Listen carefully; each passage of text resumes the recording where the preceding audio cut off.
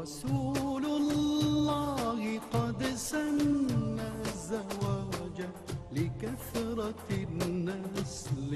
فبادر يا أخ الإسلام واخطب ابنة الأصل يزين قدها دين كساها حلة الفضل وأعطى طيب مبسمها عبير المسك بالقول. بسم الله الرحمن الرحيم. الحمد لله رب العالمين وصلى الله وسلم على سيدنا محمد وعلى آله وصحبه أجمعين. كسر هذا ولا لعل قيبتين ستحاد برنامج كان يتوبرك نولش جورك حلقة دي كواد وحاوقصوا هذا الني يريتان كلام كونو يرجورك قيبت لبعضنا وحاوقصوا هذا الني حكم الزواج. ما أنتنا وحنوكهل دونا دوافع الزواج وحيابها دتك كو قصبين يجورسدان محي دتك يجورسدان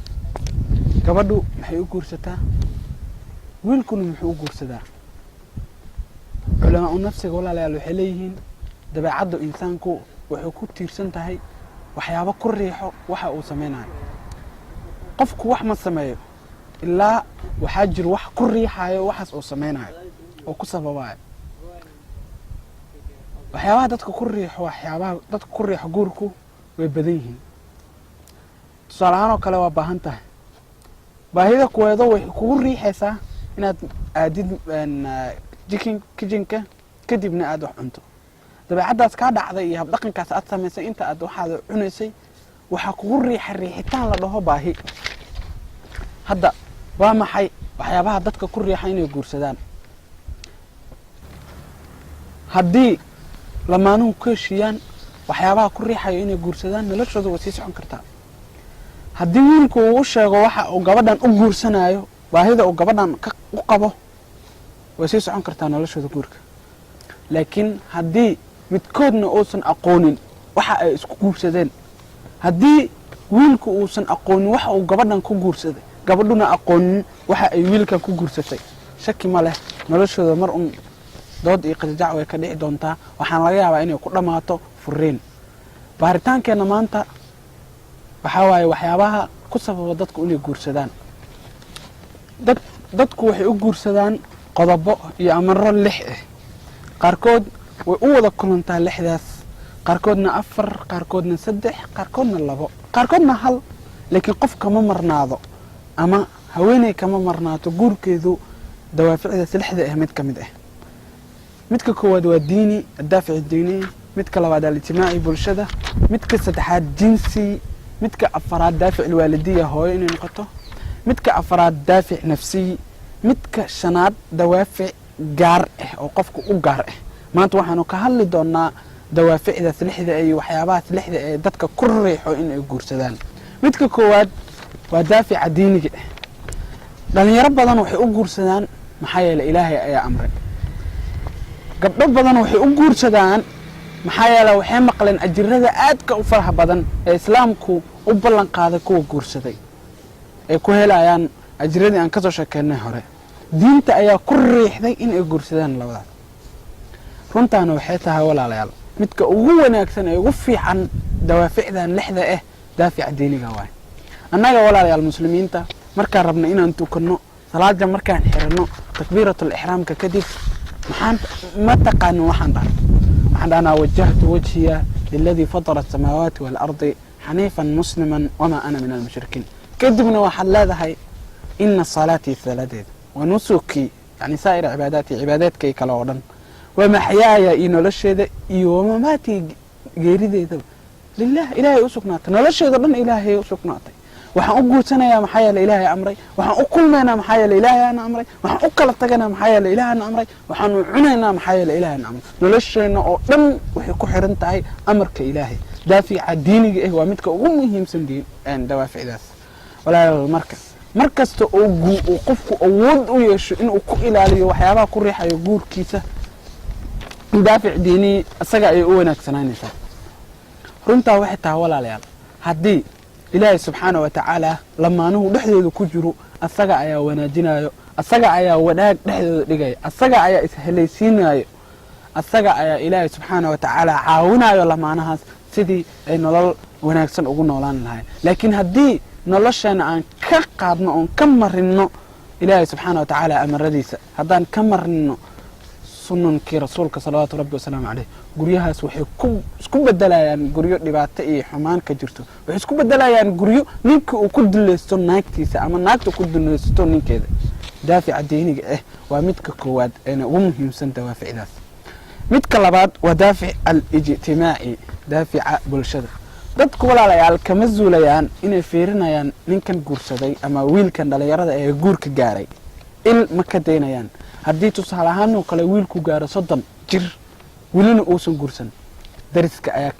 dariskaba aan ka bilaawna war ay bilaabayaan waxay leeyihiin hebel maxaa ku dhacay muxuu u guursan waayay dib muu qabaa maxaa ka qaldan ceeb miyuu leeyahay wax muu la'yahay dadku ma ka zuulayaan inay il ku wadaan ay warka sheegayaan qofkaas kan aan guursanne waaba ka daran yahay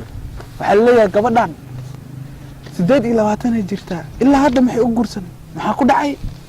ceebay leedahay uma leena warku dadku ma ka zuulayo dadka qaarkood marka waxay u guursadaan dhibaatada iyo culeyskii warka uga imaanayo bulshada dhexdooda wuxuu ku leeyahay walaal iga daf waa iska guursanaya intaan ka badan ma adkaysan karo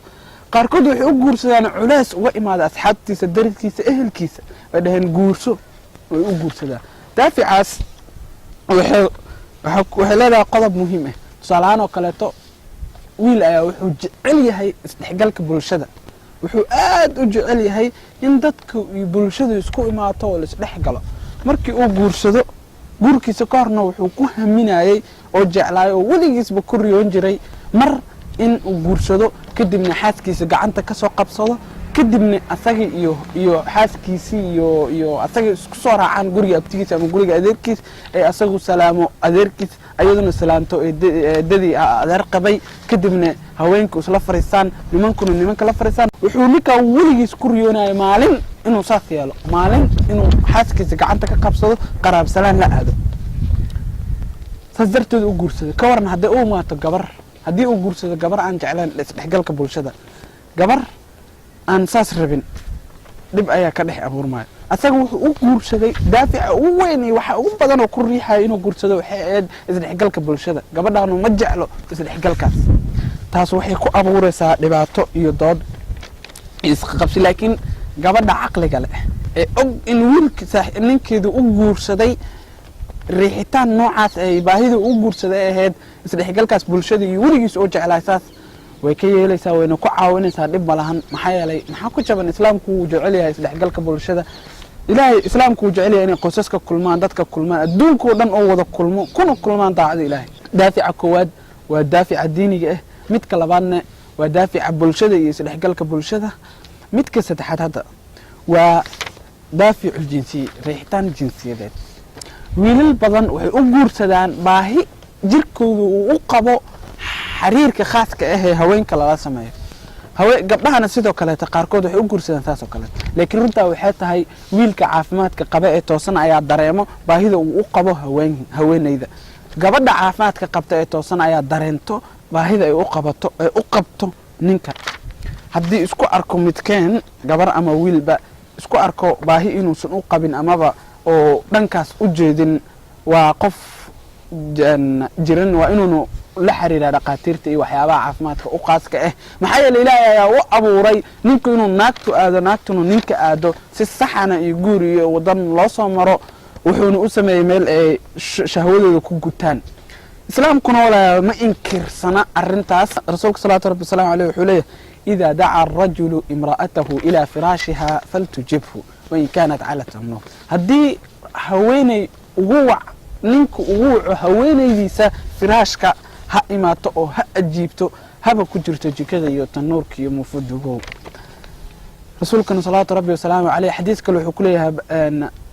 قبل هبين باريثا أيضو نينكيدو كعرثين هاي ملائكتي يو إركا سمدا kuwa joogo ayaa habeenkii ayaguna bari ayagoo lacnadayaan sidoo kale to haweenka basna ma ahana nimankana sidoo kale to waxa dhacdo in rasuulka sallallahu kitaabka quraanka ilaahay uga sheegay markii ay gabadhu amarka qaado weyso ama waxyaabo khaldan ku dhaqaaqdo ilaahay uu subxaana watacaala si loo tarbiyay darteed oo uu yidhi wahjuruuhunna fi lmadaajic ugu hijrooda gurigii iyo sariirta ugu hijrooda ma la dhihin sariirta guriga ayaga dhan gabadha ka wada hijrooda ee just waxaa la dhahay keliya sariirta dhexdeeda ugu hijrooda kadibna waxaa jirta walaalayaal in haweeney ay u imaatay rasuulka sal alay wasalam kuna tiri aniga waxaan ka socdaa haweenka oo idil ma jirto haweeney igama dambayso ilaa waxay dhahaysaa waxa ani aan dhahayo kadib rasuulka sal alay wasalam hadal uu yiri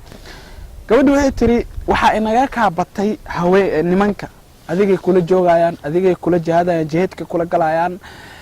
salaadihii jamcadii iyo jamaacooyinkii soo xaadirayaan haddana nafaqada iyo biilkeena sii dheer yihiin oo naga sii fadli badan yihiin annaga bal maxaanu leenahay annagii u ilaalinayno gurigoodii iyo carruurteeda ugu dambeeyay rasuulka sal alay wasalam wuxuu ku yidhi asxaabtii la fadhiisay ma aragteen haweeney ka su'aal wanaagsan su-aasha haweeneydan